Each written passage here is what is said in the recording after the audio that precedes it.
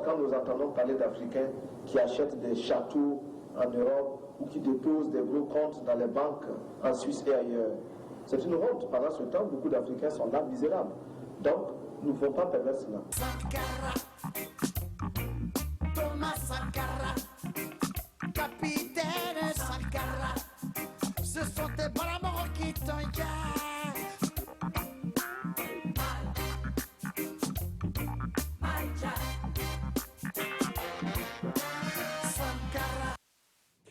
Mesdames, Messieurs, bonsoir et merci de votre fidélité à la RTB. Ce 15 octobre, les Sankaristes et les révolutionnaires du Burkina Faso commémorent un triste souvenir, l'assassinat de leur icône Thomas Sankara, l'ancien président du CNR, le Conseil national de la Révolution, qui a régné durant 4 ans sur la Haute-Volta, devenue entre-temps Burkina Faso. Entre le 4 août 1983 et le 15 octobre 1987, Thomas Sankara aura permis, de par ses idées, de redéfinir les fondements du développement de son pays au moment où l'Afrique éprouvait des difficultés à inventer l'avenir et un mal de modèles et d'idéologie. Plus d'un quart de siècle après la disparition de cette icône panafricaine, voire mondiale, que reste-t-il de son projet politique?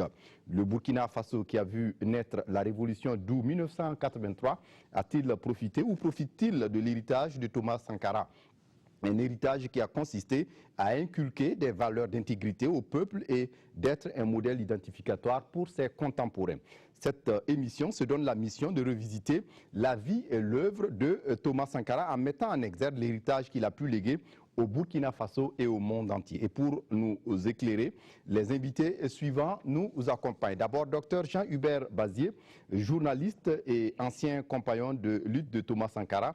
Bonsoir, docteur. Bonsoir. Merci de venir parler de Thomas Sankara. Deuxième invité à cette émission, Yamba Malik Sawadgo, ancien député à l'Assemblée nationale et militant sankariste. Bonsoir. Bonsoir. Merci d'être venu pour cette émission. Troisième invité à cette émission, Abdou Salam Kaboré, président du comité d'organisation du projet mémorial Thomas Sankara. Bonsoir.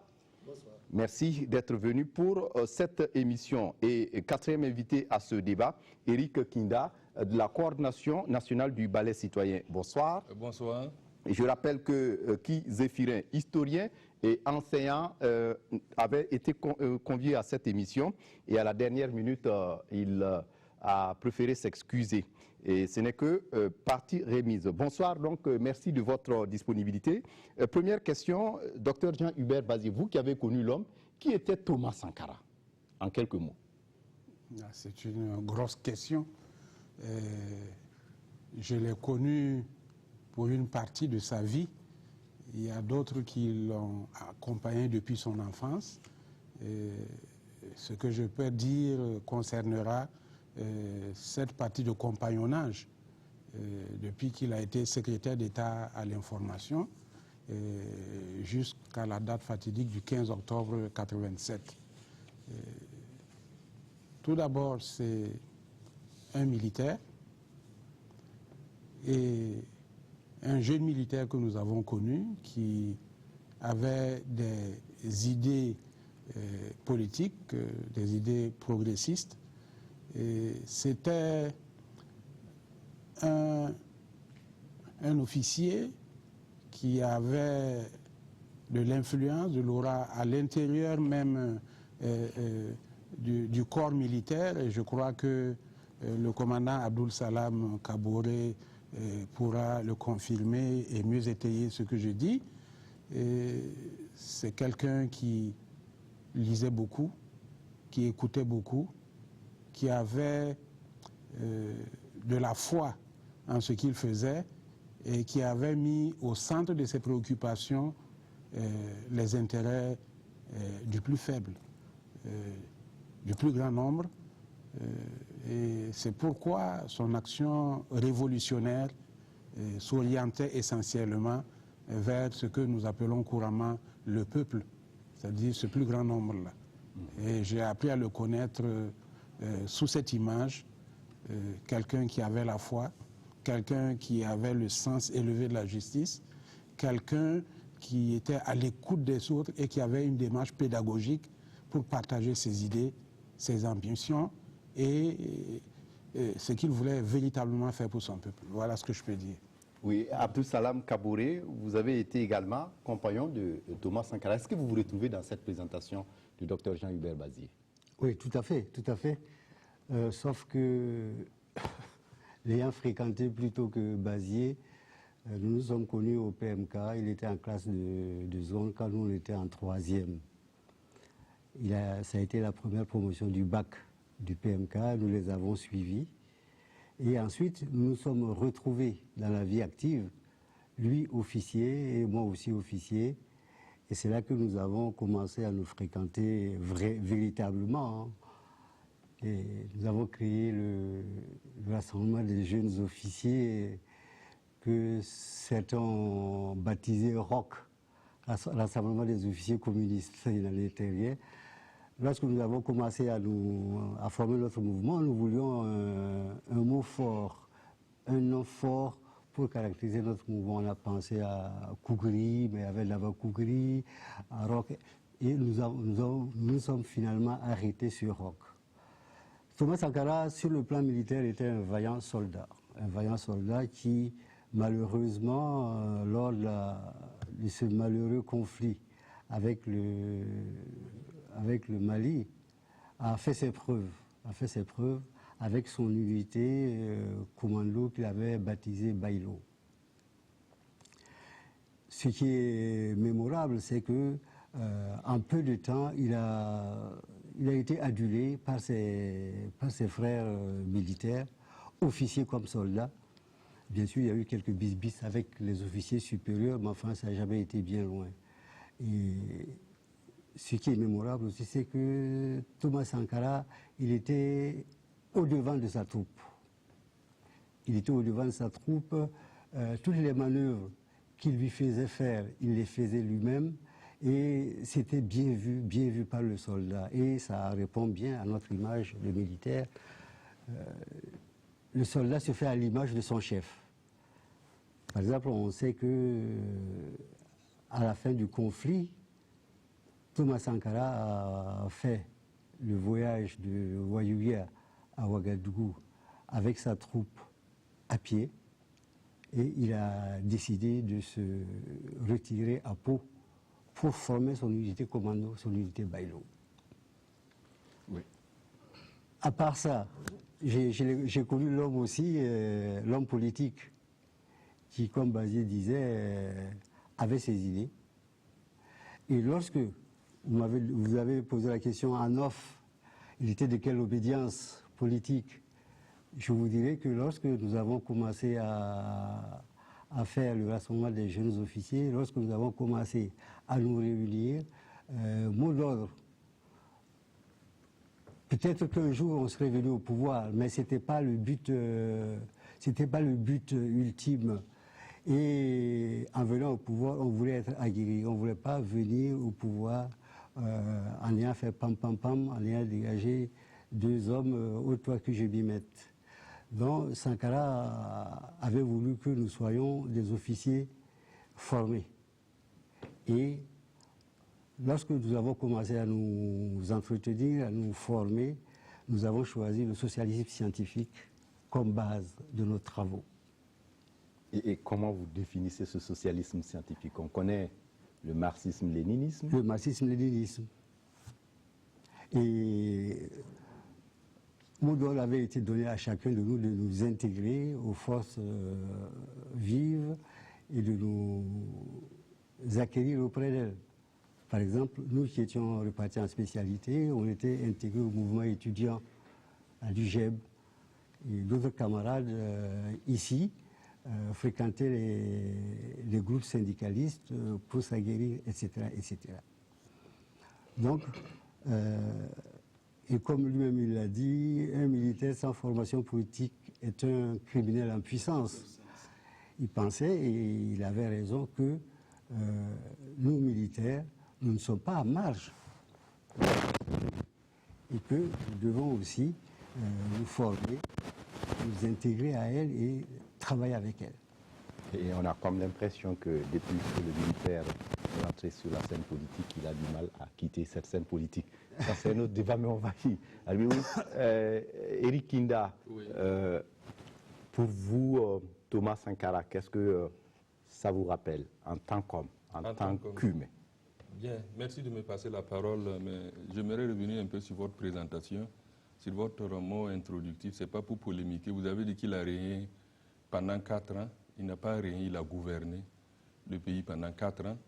Et ce n'était pas simplement le président du Conseil national de la Révolution, c'était le président du Faso. Voilà, ce que je voudrais revenir sur ça. Alors, je dirais qu'à l'époque, j'étais jeune, petit, pionnier.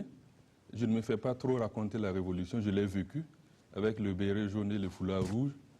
Et je connais l'homme pour l'avoir vu sur le terrain en tant que pionnier. Je connais l'homme aussi de par mes tontons et de par mes aînés, puisque mon père même est militaire de formation. Le colonel aussi, c'est un oncle à moi, c'est un tonton à moi. Donc j'étais bien servi en tout cas pour savoir beaucoup de choses sur l'homme. Et en tant qu'enfant, en tant que pionnier à l'époque, naturellement, c'était notre papa, on était séduits parce qu'il était proche de nous. Et je me souviens que quand on préparait la fête du 4 août, les pionniers étaient internés dans des écoles, voir ça du 4 août, et pendant que vous êtes en train de prendre votre petit sommeil ou votre petite sieste, on dit que le président est là, il vient, il échange avec nous, on cause avec lui. Vraiment, il était proche du peuple. Et c'est vrai, on était enfants à l'époque, mais il arrivait à transmettre des messages forts en des mots très simples, que même le plus idiot, permettez-moi le mot, arrivait à saisir, arrivait à comprendre. On était enfants, mais on comprenait le message. Et l'image que je retiens de lui, c'est que c'est quelqu'un qui aimait vraiment son pays, un vrai patriote, et qui incitait les enfants que nous étions à l'époque au travail, l'ardeur au travail. Donc c'est entre autres des valeurs qu'il défendait, que je retiens de lui.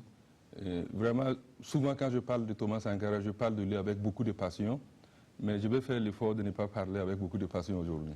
On espère. Oui, Yamba Malik, vous êtes militant sankariste et certainement que vous vous êtes fait une idée de cet homme-là, qui est l'objet de nos échanges de ce soir. Oui, tout à fait, merci bien. Je n'ai pas eu de rapport particulier avec le camarade Thomas Sankara, quand bien même nous sommes de la même commune, nous sommes du même département. Nous avions des liens familiaux. Nous n'avons pas eu de rapport très particulier avec lui avant le 4 août 1983, avant la Révolution. C'est pendant la Révolution qu'effectivement, nous avons pu en tout cas, fréquenter l'homme. Nous étions à la base, nous avions eu la chance d'être mobilisés avant le 4 août, j'allais dire d'être formés idéologiquement avant l'avènement de la Révolution qui était imminente. Et nous avons effectivement répondu à l'appel donc de l'avènement de 4 août, la nuit du 4 août. Donc à partir de cet instant, nous avions beaucoup travaillé ensemble par l'intermédiaire, bien sûr, de notre secrétaire général de CDR. Les gens ne le savent pas. C'est le premier, voilà. Tout à fait. C'est le premier secrétaire général de CDR. Abdou Salam Kaoul, c'est le premier. Mais malheureusement, beaucoup de gens ne le savent pas. Bon, nous avons beaucoup travaillé avec lui avant qu'il ne soit nommé ministre de la Santé. À travers lui, nous avons vraiment beaucoup travaillé avec Thomas Sankara. Donc nous l'avons trouvé vraiment un homme sympa, simple, travailleur surtout. Quand vous travaillez avec Thomas, vous ne vous lassez pas. Parce qu'à chaque fois que chaque fois il est là, vous encouragez. Il est là, vous encouragez. Donc j'avoue que je retiens de l'homme beaucoup de choses, vraiment, beaucoup de choses. Oui, Abdou Salam Kaboré, ce 15 octobre 1987, quelque chose s'est passé au Conseil de l'entente à Ouagadougou, qui a mis fin à la vie de Thomas Sankara, le président du Faso. Est-ce que pour vous, d'abord, qu'est-ce qui s'est passé ce jour-là? Je vais vous décrire ma journée du 15 octobre 1987. Je venais d'être nommé ministre des Sports et j'avais regroupé tout mon ministère, tout mon personnel était au stade du 4 août. Il y avait beaucoup d'avantages à cela, c'est que tous les jours on se fréquentait, on apprenait à se connaître en dehors des dossiers, mais en plus, tous les jours, je pouvais provoquer des réunions avec tel groupe telle fraction de mon ministère pour telle ou telle action. Mais le plus important, c'est que c'est notre ministère, le ministère des Sports, qui allait manager les gens au sport de masse en ville. Et ça me permettait d'avoir tout le monde à côté de moi. Et tous les jeudis matins, je joue le sport de masse. Et tous les lundis matins, je joue le sport de masse. Nous avions une réunion de tous les ministères. Comme tout le monde était sur place, il n'y avait pas de problème. On se réunissait tous au ministère, au stade du 4 août. Et nous parlions de choses du ministère, comment impulser le sport de masse, le sport d'élite, etc., etc.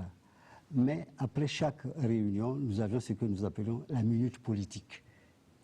Et là, celui qui avait quelque chose à dire sur le plan politique levait le doigt et le disait haut et fort. Il se trouve que ce jeudi 15 octobre, c'était le jour de sport de masse. Il y a eu notre réunion le matin sur le plan sportif, ça s'est passé. Et puis à la minute sportive, il y a un qui a levé le doigt et qui a dit qu'il paraît que ça ne va pas entre les chefs de la Révolution, qu'ils ne s'entendent plus, etc., etc., que l'un va tuer l'autre, etc. Je vous assure que j'ai pris bien 15 minutes.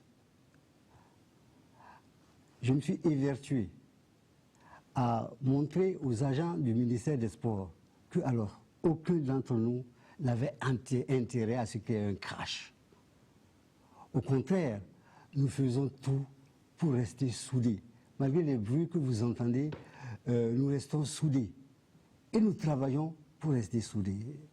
Et je voudrais que la preuve, c'est qu'effectivement, nous entendions ces bruits nous aussi. Et un peu pour y parer, il y avait la journée mondiale de l'alimentation qui était proche. Je crois que c'était ce jeudi après-midi, vendredi après-midi. Et nous avons proposé au niveau du Conseil national de la Révolution que les 4 chefs de la Révolution sortent sur le podium et qu'on les voit tous les 4 ensemble, ça pouvait faire un peu taire les bruits. Bon, donc au moment où vous étiez en train de parler, vous vous doutiez de ce qui se passait? Non, pas encore, puisque c'était le matin. Notre réunion, c'était le matin. Et effectivement, à 15h, j'étais encore au ministère, et c'est à 15h, moi qui ai dit aux gens de s'égayer pour aller manager le sport de masse aux autres fonctionnaires. Tout le monde rebroussait chemin en disant ça tire en ville, ça tire en ville, ça tire en ville. C'est comme ça que j'ai vécu le 15 octobre. Ça tire en ville, donc je suis resté au ministère des Sports et à la nuit tombée, j'ai dit à un camarade qui était au génie militaire d'appliquer la loi des militaires. Quand un militaire est seul, abandonné, il rejoint l'unité la plus proche. Donc il m'a envoyé une escorte et je l'ai rejoint. C'est le camarade colonel aujourd'hui, Sanou Bernard, qui était au génie militaire. Donc nous nous sommes retrouvés là-bas. Nous avons essayé d'appeler Thomas, ça ne passait pas. Nous avons essayé d'appeler tous les ténors, ça ne passait pas. Et finalement, il y a un que nous avons eu, le Cambouensais d'ailleurs, qui nous a appris que le capitaine Thomas Sankara venait de décéder, qu'on venait de tuer le capitaine Thomas Sankara. Et que lui, son chef, le lieutenant Kwama, aussi avait été tué. Donc, voici ma journée du 4 août 83. Oui. Et Jean-Hubert Pardon, du 15 octobre. Oui, du 15 octobre. Oui, Jean-Hubert Bazier, comme il l'a expliqué Abdou Salam Kaboré, c'était la fin de la vie de Thomas Sankara. Mais est-ce que ça ne représente pas en même temps la fin de ce processus de la révolution? Vous savez... Est-ce que ce n'est pas un coup d'arrêt porté à la révolution? Après son assassinat, nous avons entendu à travers les médias d'État toutes sortes d'injures ordurières, disant par exemple qu'il s'est faufilé dans l'histoire de ce pays, que c'était un réactionnaire. Il y a même une femme qui a accompli la prouesse de dire à la radio que Thomas Sankara était misogyne. Si vous évaluez tout ce que Sankara a fait pour la femme et les femmes, véritablement c'était une hystérie d'une certaine frange politique. Ils ont tout fait pour salir sa mémoire. Et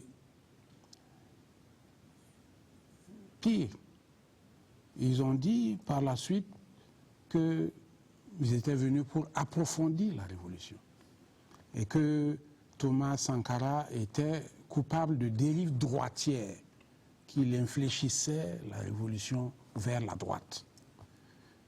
C'est cela d'ailleurs qui a trompé un certain nombre de militants et même d'officiers qui ont pensé en toute honnêteté que bon, si c'était pour approfondir la révolution, pourquoi pas, et qu'il fallait sauver la révolution.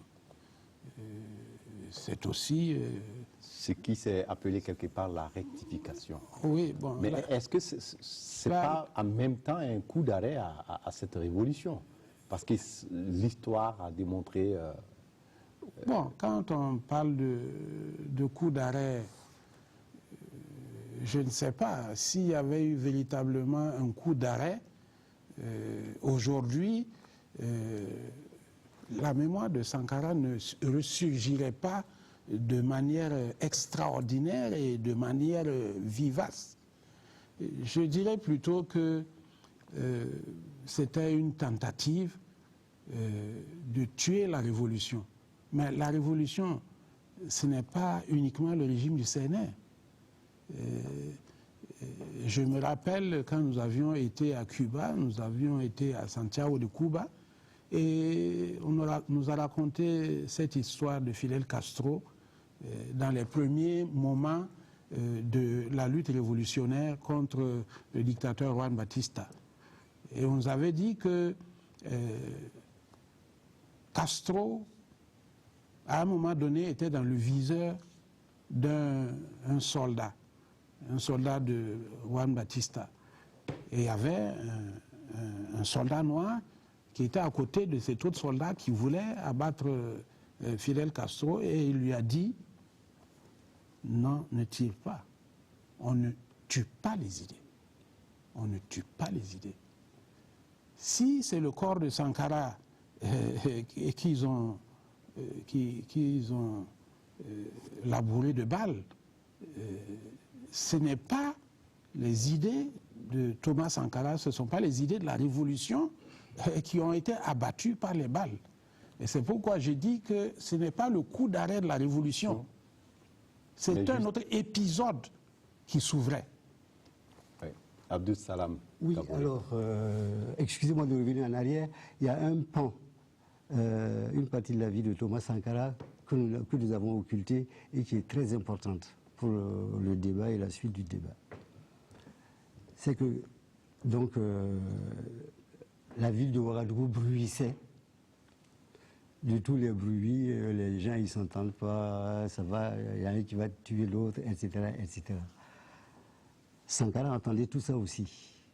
Et il y a eu une interview dans laquelle il a dit vertement que si un jour vous apprenez que Blaise Compaoré est contre moi, ne faites rien, il va gagner. Si j'en parle, c'est pour vous dire l'atmosphère du 15 octobre et des jours précédant le 15 octobre. Sankara, tout le monde, moi compris, est venu dire à Sankara, écoute, maintenant, ça n'est trop. La chose semble vouloir se réaliser. Et Sankara qui répétait, je vous ai dit, si Blaise veut faire quelque chose contre moi, ne faites rien, parce qu'il va gagner. C'est pour vous dire que le monsieur, en plus de sa vie héroïque de militaire, sa vie de brave militaire, il est mort en sachant qu'il allait mourir. Et c'est ça qui est extrêmement important, qu'il faut connaître aujourd'hui.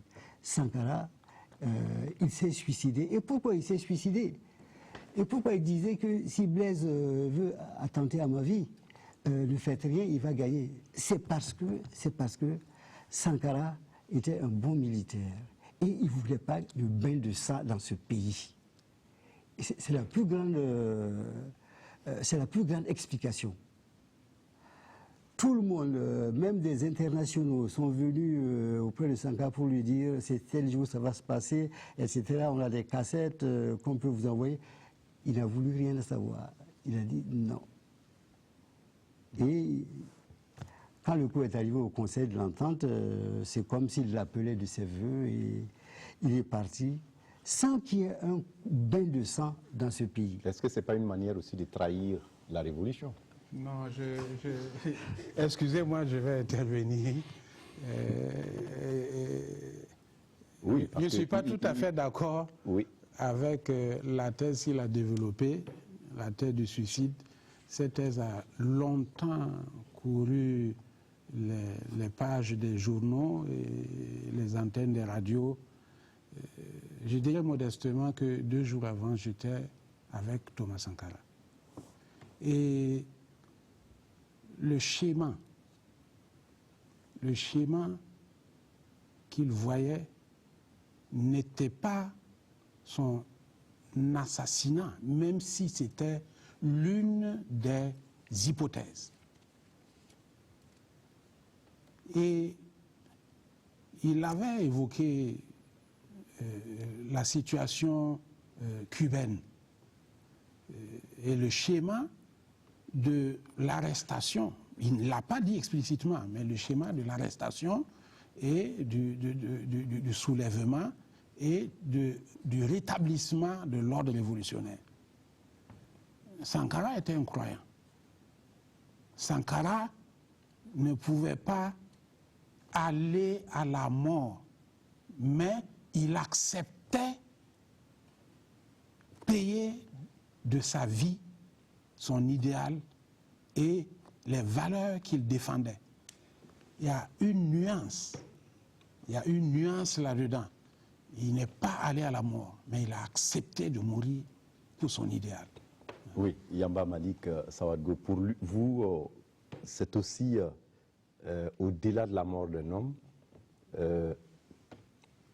une sorte d'altruisme pour que vivent ses idées. Oui, je voulais avant tout rappeler que à ceux que Sankara répondait, à ceux qui craignaient pour sa vie, qu'après avoir sémé la graine de la révolution, ma mort ne pourra plus mettre un frein à l'éveil des consciences et que plus jamais rien ne sera comme avant. Donc aujourd'hui, le plus jamais rien ne sera comme avant, c'est depuis 1987. Voilà. Non, avant bien avant 1987. Voilà, bien avant 1987. Oui. Et Eric, pour vous, en quoi Thomas Sankara a-t-il marqué les consciences au Burkina Faso? Vous dites que vous étiez pionnier de la révolution en son temps, et certainement que ces idées vous ont fortement imprégné. Absolument. D'abord, je dirais qu'il a marqué les consciences au Burkina parce que c'était un grand pédagogue. Je n'ai jamais croisé un pédagogue, un président pédagogue comme Thomas Sankara. Ça marque les esprits.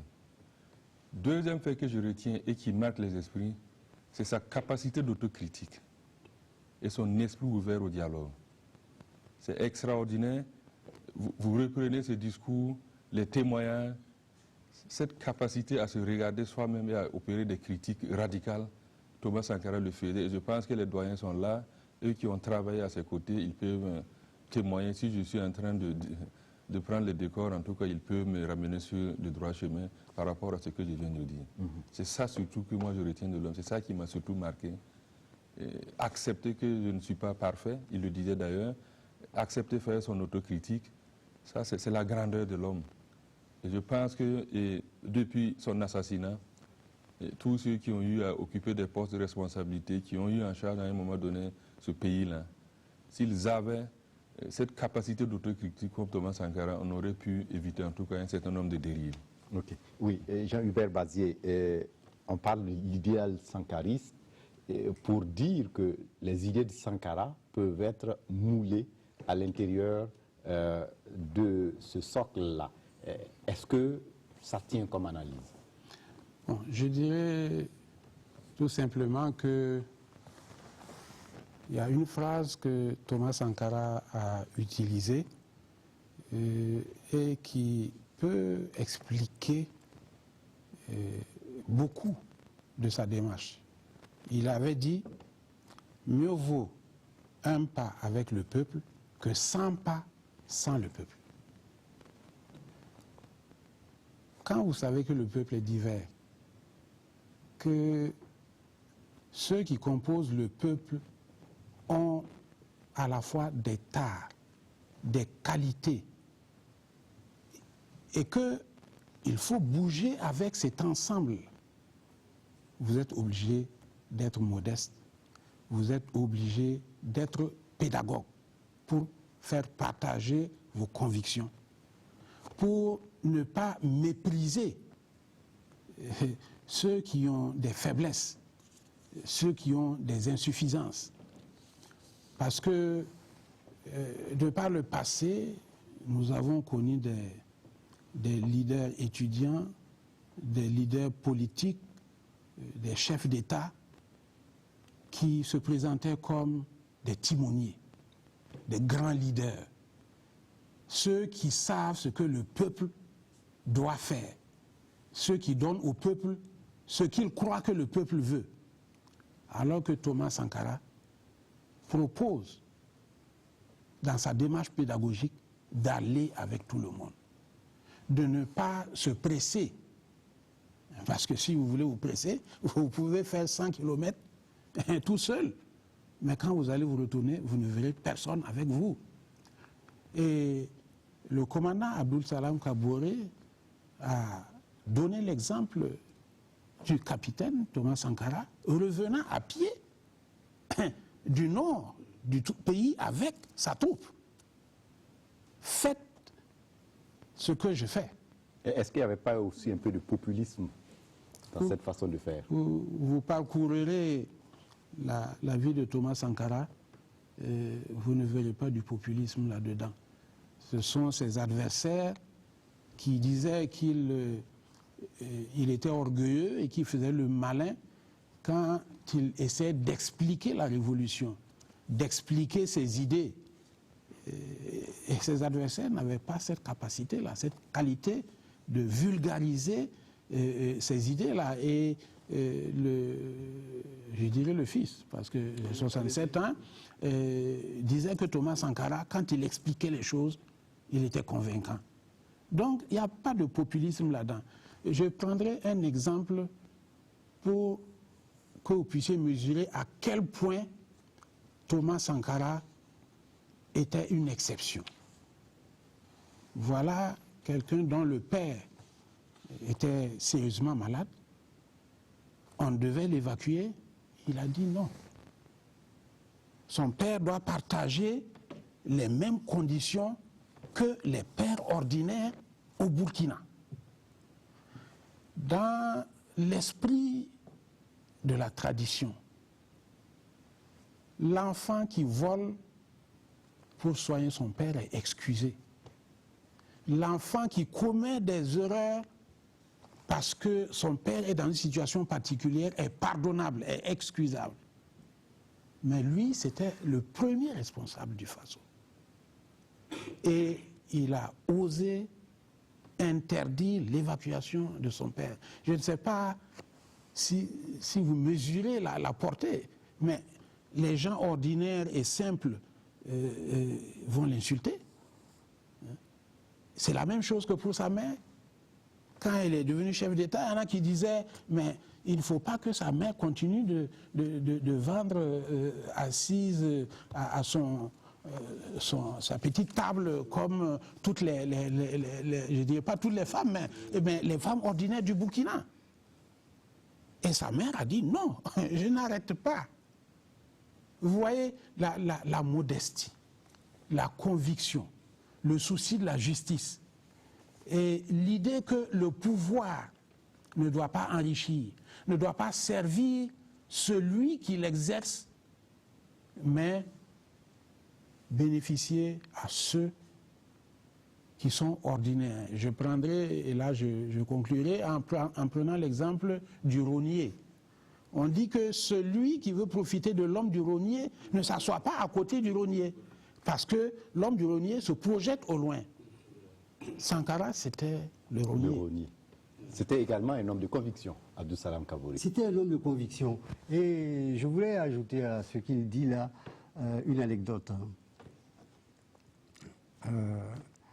Bien sûr, il y avait le Conseil national de la Révolution, il y avait le gouvernement, mais les 4 ténors de la Révolution se retrouvaient entre eux pour parler des choses les concernant. Et un soir, il y a eu un clash là-bas. Le capitaine Thomas Sankara a été fâché contre ses 3 autres interlocuteurs. Il a claqué la porte, il est sorti. Mais 5 minutes après avoir téléphoné à 1 ou 2 de ses collaborateurs, il est revenu en s'excusant auprès de ses camarades, en disant que ça a été un coup de sang qui lui est arrivé. C'est pour vous dire effectivement que le capitaine Thomas Sankara n'était pas l'homme qui pensait qu'il avait tout le temps raison, que ce qu'il faisait était tout bien. Non, il disait souvent, bon, tout le monde la connaît maintenant, c'est la force des arguments, c'est pas l'argument de la force. Si vous avez quelque chose à dire, dites-le haut et fort et étayez-le bien.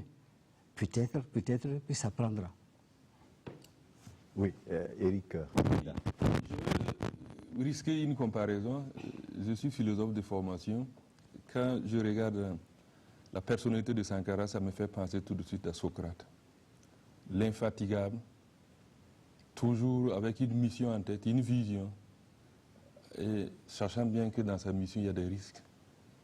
Il le faisait, la force des arguments, c'était vraiment proprement Thomas Sankara.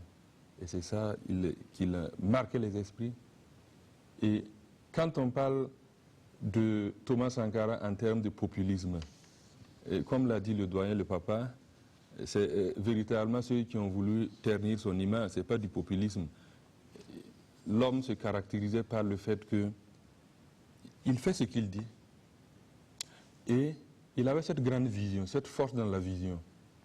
Les thématiques qu'on retrouve dans son discours, quand aujourd'hui on se revendique de l'idéal sankariste, on défend les idées de Thomas Sankara, ce n'est pas pour verser dans un passéisme stérile. Les thématiques de son discours, là, c'est tellement actuel.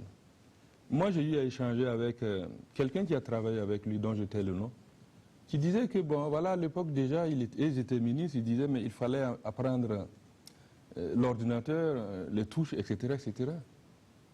Mais à l'époque, vous voyez, aujourd'hui, si vous voulez appartenir au nouveau monde, il faut connaître l'outil informatique. Ça, c'est un exemple. Deuxième exemple, la question environnementale. Aujourd'hui, on dépense des milliards, etc., sauvons la planète. Mais dans les thématiques qu'on retrouve dans le discours de Thomas Sankara, c'était ça. Il était convaincu que si on ne développe pas une politique environnementale adéquate, on court vers la catastrophe. Les 3 luttes. Oui. Nous avons vécu ça à l'école. Les 3 luttes, les pionniers, il faut faire les foyers améliorés, il faut éviter de couper abusivement les bois, etc. 3e exemple, aujourd'hui la question de la femme. La question de la femme mobilise beaucoup de forces aujourd'hui, des ONG, des associations, mais en même temps il y a beaucoup de perte d'énergie. Souvent moi je dis à mes tantes, à mes mamans qui ont connu Thomas Sankara, je regrette, vous n'allez plus jamais avoir quelqu'un sur cette planète qui va vous défendre autant, avec autant de conviction, avec autant de rage que Thomas Sankara.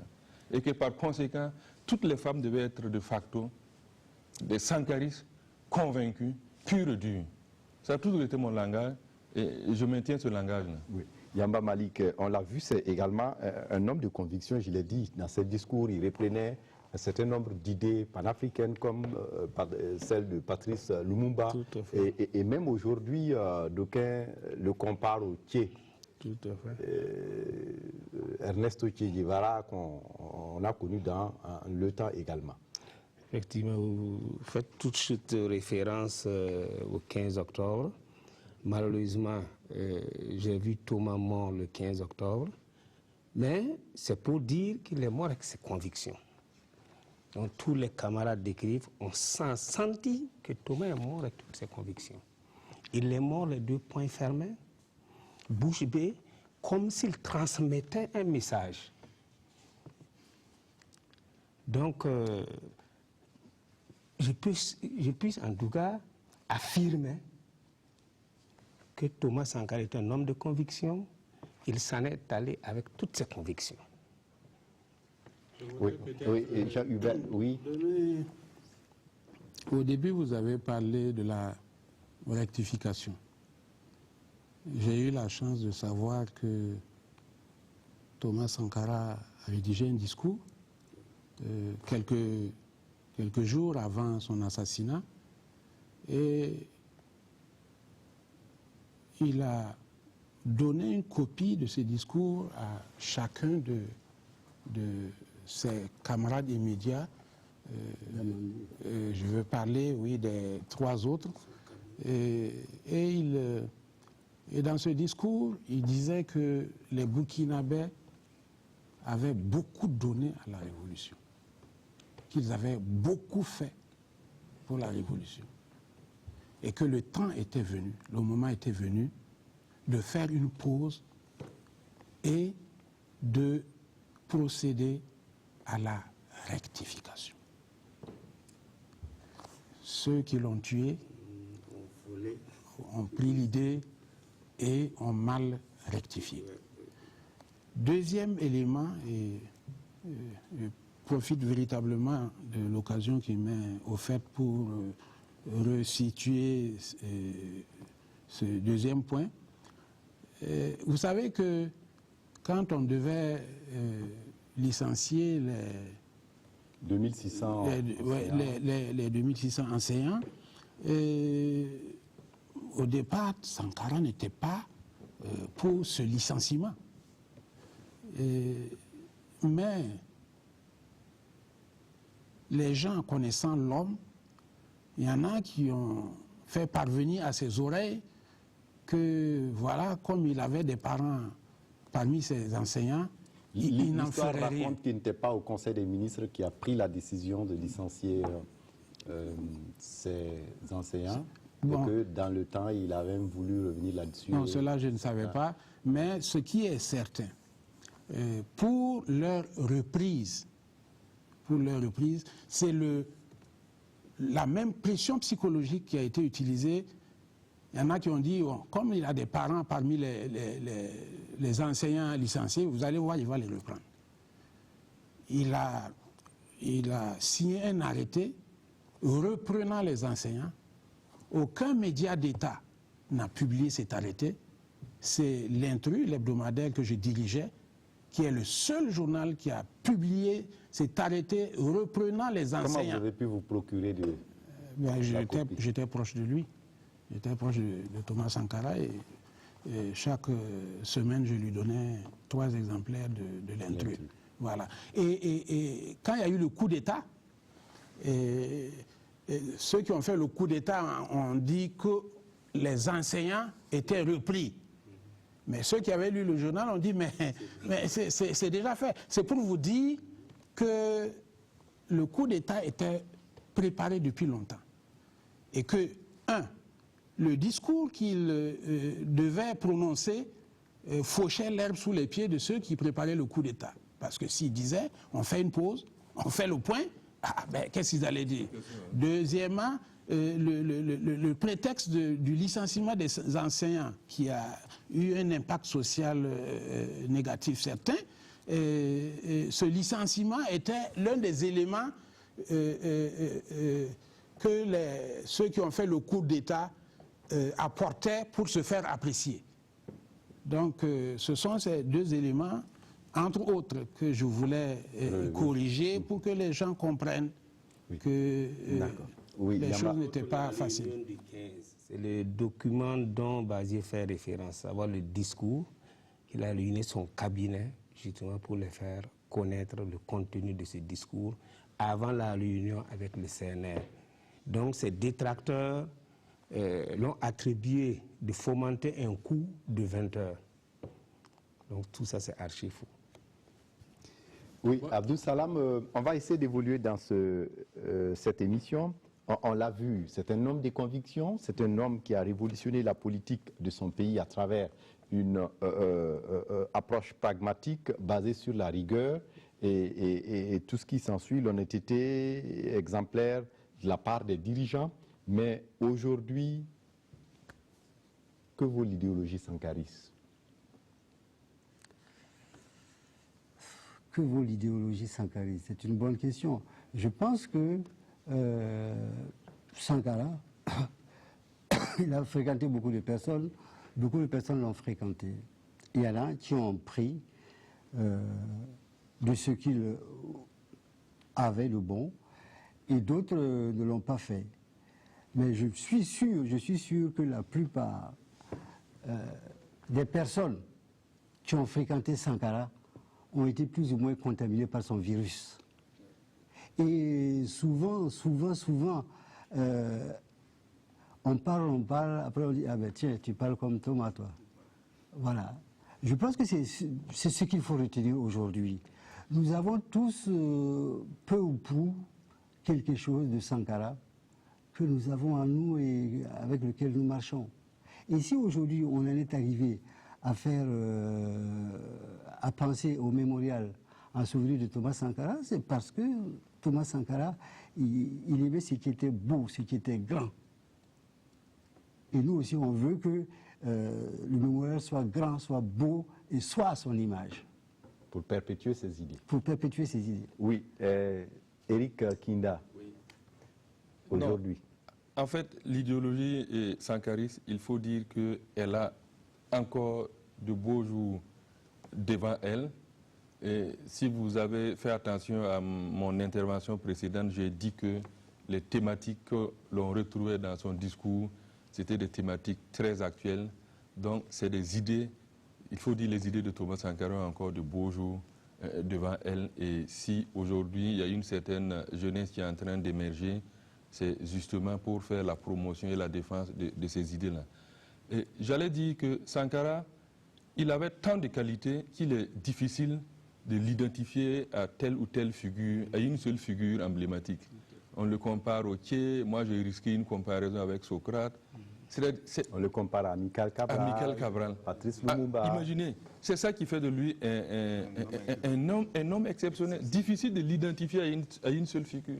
Donc je pense que avec l'idée du mémorial, le projet du mémorial, c'est encore pour faire la promotion des idées de Thomas Sankara. C'est vrai, c'est pour maintenir sa mémoire, mais je pense également que c'est pour faire valoir ses idées.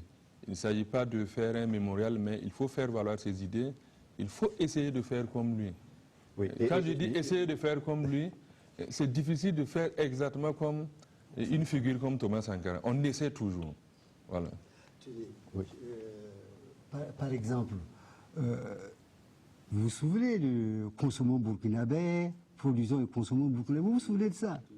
Maintenant, c'est 25 après que même les pays réactionnaires ne veulent plus vendre leur bois brut comme ça. Ils veulent le travailler avant de vendre leur bois. Ouais, tout à fait. Oui. Et on va y arriver, Jean-Hubert Bazier, mais on l'a vu, ces héritiers politiques aujourd'hui pratiquement ne reflètent pas forcément cette idée d'unité et d'union qu'on aurait souhaité avoir de ceux qui se réclament de l'héritage de Thomas Sankara. Comment vous pouvez expliquer cela? Thomas Sankara, c'était une intelligence. Thomas Sankara, c'était un idéal. Et Thomas Sankara, c'était une foi. Thomas Sankara se battait pour cet idéal. Et il était prêt à donner sa vie pour défendre cet idéal. Il suffit simplement de regarder parmi les leaders qui se réclament de Thomas Sankara si leur façon de vivre correspond à celle de Sankara. Vous en êtes un, certainement, que vous pouvez nous dire. Non, je n'ai pas cette prétention. Si leur expression rejoint celle de Thomas Sankara, je prends un exemple simple. J'étais à la présidence, j'étais le directeur de la presse présidentielle et j'ai eu la chance de connaître le père de l'actuel président Roch Marc Christian Kaboré, qui a connu mon père aussi dans le temps parce que mon père était un homme politique et un militant du RDA. Et vous savez que Thomas Sankara se déplaçait avec sa petite voiture. Et la Renault 5. La Renault 5. Et le père de Roch Marc Christian Kaboré avait une belle Mercedes qui l'amenait à la présidence, qui conduisait pour venir à la présidence. Et j'ai constaté à un moment donné qu'il avait abandonné sa Mercedes pour utiliser une voiture plus banale. C'est vous dire que ce père-là, cet ancien-là, avait compris le message, la symbolique. Celui qui est le premier responsable, celui qui doit diriger, celui qui doit être à côté de ceux qui dirigent, doit être à l'image de la simplicité. Le père de Roch avait des moyens. Il pouvait venir avec de grosses caisses, mais il s'est plié à la philosophie révolutionnaire. Et c'est dans ce sens-là que je dis que le modèle Sankara, tout le monde peut l'imiter. Tout le monde, à sa façon, est sankariste. Les enfants qui lèvent les doigts et qui crient les slogans, même s'ils ne connaissent pas le fond de ces slogans, quand ils vont comprendre ces slogans, quand il y aura la maturité, quand ils vont essayer d'imiter, s'il y a des contradictions, ils vont s'adapter. Sankara, ce n'est pas uniquement des paroles, c'est un mode de vie. C'est faire voir, c'est faire comprendre. Et je dirais une chose. Quand Sankara était secrétaire d'État à l'information, c'était donc Cézerbo qui était président. J'étais directeur général de la presse écrite, Sidoya, j'étais le premier directeur général. Et quand Cézerbo faisait beaucoup de sorties, nous avons essayé d'évaluer les dépenses en carburant.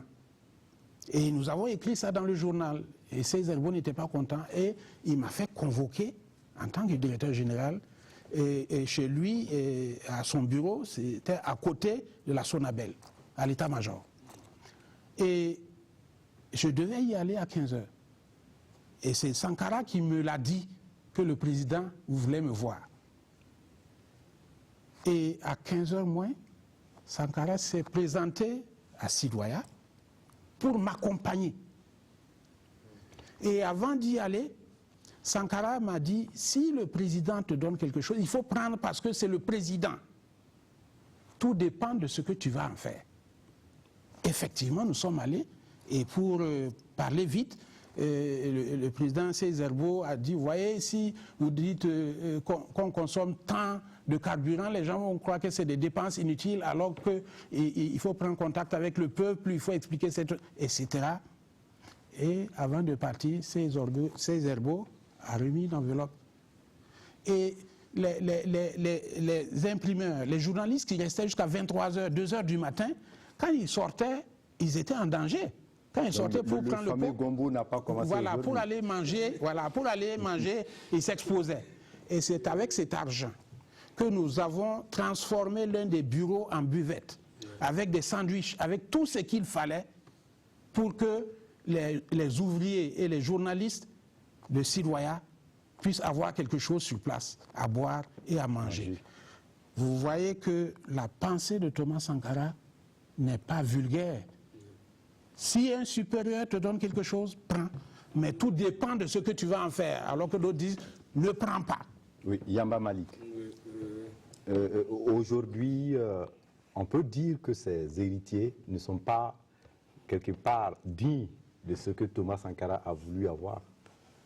Oh bon, c'est trop dire qu'ils ne sont pas dignes, c'est trop dire, parce que tout de suite les camarades disaient tantôt que Sankara était exceptionnel, d'où la diversité justement de plusieurs types de sankarisme, ce qui est normal. Donc on ne peut pas dire qu'ils ne sont pas... Chacun fait de son mieux pour refléter justement un pan de Thomas Sankara. Mais personne ne peut jusqu'à présent dire qu'il peut être Thomas Sankara. Ça, c'est une réalité.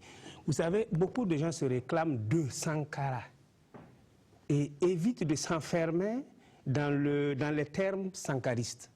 Parce qu'ils voient que le terme sankariste est plus politique. On voit un engagement politique.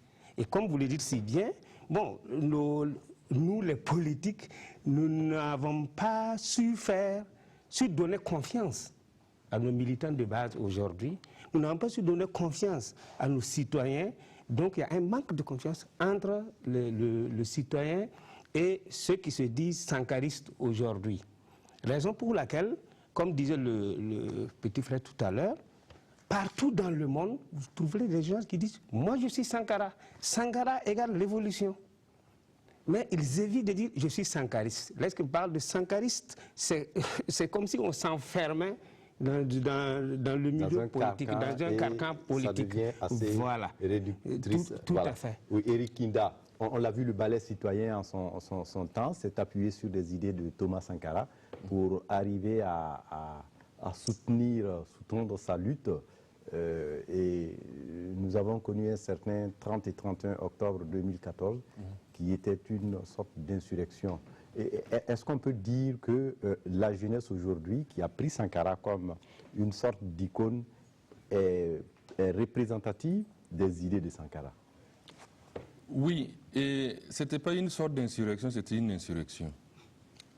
Alors, au niveau du ballet citoyen, je crois qu'après l'insurrection du mois d'octobre, le mois de décembre qui a suivi, nous avons organisé une cérémonie solennelle au cimetière de Darnoué pour nous recueillir. Et à l'occasion de cette cérémonie solennelle, nous avons élevé Thomas Sankara au rang de premier Sibal. Il y a eu un débat à l'interne, il y en a qui disaient qu'il fallait appeler Sibal suprême. Et finalement, on a opté de l'appeler, de l'ériger au rang de premier Sibal parce qu'au niveau du ballet citoyen, nous sommes convaincus que c'est véritablement le premier Burkinabé à donner le véritable coup de balai avec conviction et avec foi. Alors, aujourd'hui, je pense que grâce au témoignage et au travail des aînés, de plus en plus, pour répondre à votre question maintenant, grâce au travail des aînés, beaucoup qui n'ont pas connu l'ère Sankara, qui n'ont pas connu Sankara, commencent à comprendre beaucoup de choses. Et ils constatent que les valeurs que Sankara défendait, les valeurs qu'il incarnait, c'est exactement ces valeurs que les jeunes d'aujourd'hui veulent voir défendre. Ils veulent des dirigeants qui sont proches des sans-voix. Ils veulent des dirigeants qui donnent des exemples, des dirigeants qui ne se contentent pas de mots. Donc je peux dire que Sankara, son idéal et les idées qu'il défendait, il y a une certaine unanimité autour. Que l'on veuille ou pas, tu peux ne pas aimer l'homme, mais c'est la réalité. Et moi j'ai foi que si les idées défendues par Thomas Sankara, si elles sont vraies et justes, ce qu'on appelle division des sankarismes, moi j'ai foi que tôt ou tard on finira par se retrouver encore. Oui. Et j'ai entendu tout de suite des témoignages assez émouvants moi j'allais demander aux aînés, il est grand temps d'écrire vraiment les mémoires sur cette affaire-là. Parce qu'il y a les grands falsificateurs de l'histoire qui racontent parfois des mensonges à la jeunesse. Cette jeunesse-là, pour aider le pays à aller de l'avant, a besoin de la vérité.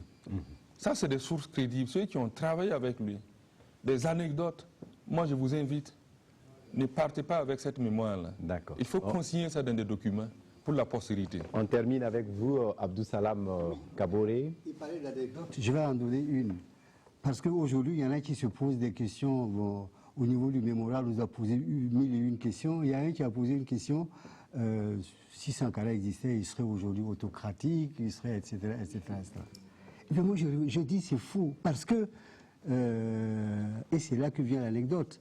Lorsque nous avons pris l'avion à Ouagadougou pour aller en Algérie, puis chez les Sahraouis, Sankara et moi, on s'est assis et la question qu'il m'a posée, comment allons-nous faire pour devenir des individus comme les autres?